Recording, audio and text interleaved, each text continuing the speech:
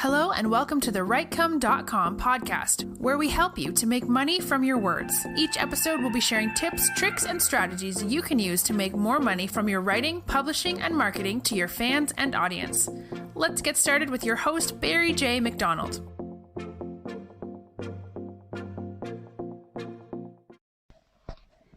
Hi, this is Barry here, and you are very welcome to today's podcast episode from WriteCome.com.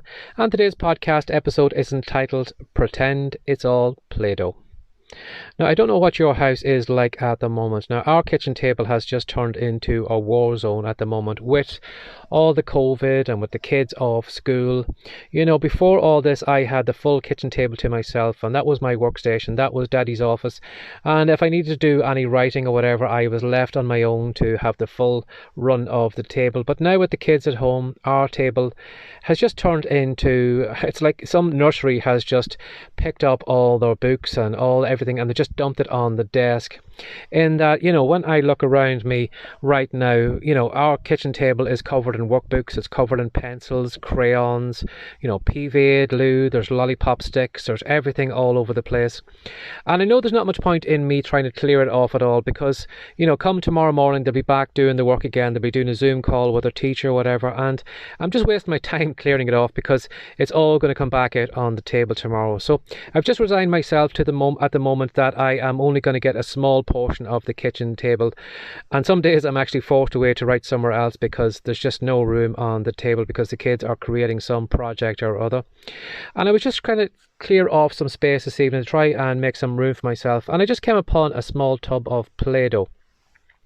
Now I was just thinking of all the memories I have with, you know, stuff like Play-Doh. Now, years ago in Ireland, we had stuff called Marla, or I don't know if you know if it was called Marla, but we used to call it Marla anyway. And rather than Play-Doh, you know, when you run Play-Doh through your hands, it's very clean. It doesn't come away being greasy or whatever. But the stuff we had back in the 70s and 80s was almost like some type of clay. It was greasy. And, you know, when you played for a while, you could still feel the texture on your fingers, and you usually had to wash your hands afterwards. But thankfully, that has changed now, and Play-Doh is a lot cleaner. And I was just handling the tub, and I just popped the lid off and just had a look at the stuff inside. And for a second too, I just wanted to scoop it all out and just drop it on the table and just roll it around and just make something out of it, you know. But remember when I was growing up, you know, when you scooped out a big ball of Marla or whatever, you know, you dumped it on the table and then you began rolling it around. And sometimes you maybe rolled it into a long snake shape, and maybe that became a snake or became a necklace or something like that. Or maybe you tore a couple of balls off and then you rolled them around and you made a snowman, or you made some kind of monster or whatever.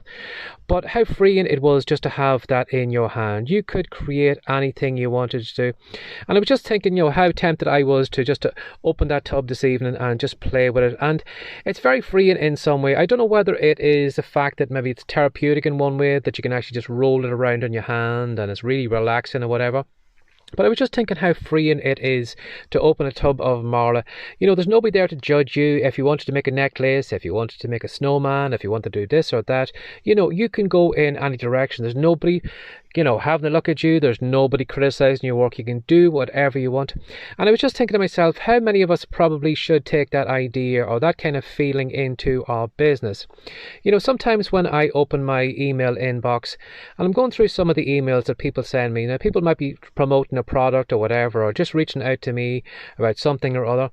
And sometimes when you read through those emails, some of the people that write the emails always come across as being very stiff, very rigid, and sometimes they almost feel like they need to be professional in some way, almost that they need to be like a barrister, or they need to sound really formal in their emails. And I was just thinking how rigid some people are in their work. And again too, even in fiction writing, you know, anybody who is taking up fiction writing, for a lot of them, they are very rigid in the way they write. They almost feel like they need to write like somebody from the 1800s, like Great Expectations or Dracula, whatever. They need to write some great prose rather than just relaxing and just writing the book in their own words. And again, too, even like podcasts and stuff like that too. Sometimes people, when they start a podcast, they have this feeling that they need to be really, really professional, that it needs to be almost something like a professional radio show, rather than just kind of relaxing and just turning on a microphone and just speaking and, just sharing a tale with, themselves and their listener. And unfortunately, some people, as I said, do think when they do something creative that they need to get really rigid. And I was just thinking to myself how freeing it would be for them if they maybe just treated their content or whatever they were doing more like Play-Doh, in the fact that they could write anything they wanted in an email, they could tell a story from years ago, a memory or whatever, or they could tell a life lesson or something like that, and they could just be themselves, not have this kind of formal, rigid, persona that they are doing. And again too, the books from the 1800s, they might have been fine back in their day, but I remember recently I was trying to read, I think it was Dracula or something like that, and I gave up after the first few pages because it was just so deep and so dense, and the book wasn't actually going anywhere. Now, some people can say, I don't care, critics, whatever, can say that they are, it's a work of literature and it should be held up as a piece that we should all kind of look up to, but nowadays, I think we've moved on from that, Nowadays, I think if you don't grab your reader in the first paragraph or so, like the TV show, there's no way they are going to stick with it, and they're going to drop your books and probably go on to something else. And again, to the emails, there's nobody that is going to sit and read through a stifling email to come to your link at the bottom of it and then click and have a look at your product. Or again, even to your podcast, if you are all formal and professional and all that, while that is all good and well, if you are maybe trying to get people to create podcasts or try to teach them, sometimes being overly professional puts you up on such a high pedestal that your listener or whatever feels, well, there's no way I can go from where I am up to where that person is because they are so far ahead of me. Whereas if that person just was being more relaxed, just spoke from the cuff, just doing something like I'm doing here, just sat in the car talking into the microphone and just record an episode, I'm sure it would make their reader feel more comfortable and make them feel like, something, if that person can record a podcast, there's no reason why I can't do it too. So as I was saying, I was just picking up that tub of Play-Doh and I was just saying to myself, maybe we should all kind of look at our creative work in the kind of eyes of a child. Have those Play-Doh moments where you're taking all the pressure off yourself. You are just going to say whatever you want to in your email and say it through your own voice. And again too, in your writing, your creative writing, just take that formal kind of persona off yourself and just be free in your writing. Write whatever book you would like to read. And again to the podcast episodes, do you really need to be so professional, or would you build a better bond with your reader by just being yourself, just popping in every so often, just having a kind of an almost like a fireside chat or whatever, and just sharing some memories and stories with them?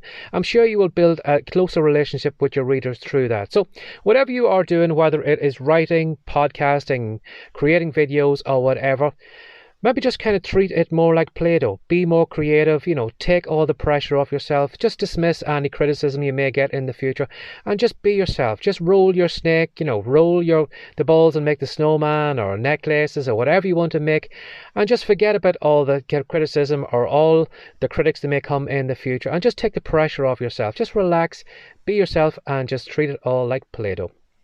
So as always, if you'd like to reach out to me, if you'd like to share anything with me, or if you'd like to ask me a question or anything at all, don't hesitate to send an email to barryjmcdonald@gmail.com. Or if you'd like to know what I do over on the Writecome site, if you want to head on over there, that's WRITECOME.com. And if you'd like maybe to create a podcast of your own, if you want to head over to writecome.com/5-day podcast, you'll find a free training over there, and if you go through that, I'm sure you will be more than ready to create your own podcast. So as always, thanks for sharing your time again today. Take care and have a great day. Bye-bye. Thanks for joining us today. If you'd like more from the Writecome.com podcast, be sure to subscribe now for more tips, tricks, and ideas you can use to make more money from your words. See you in the next episode.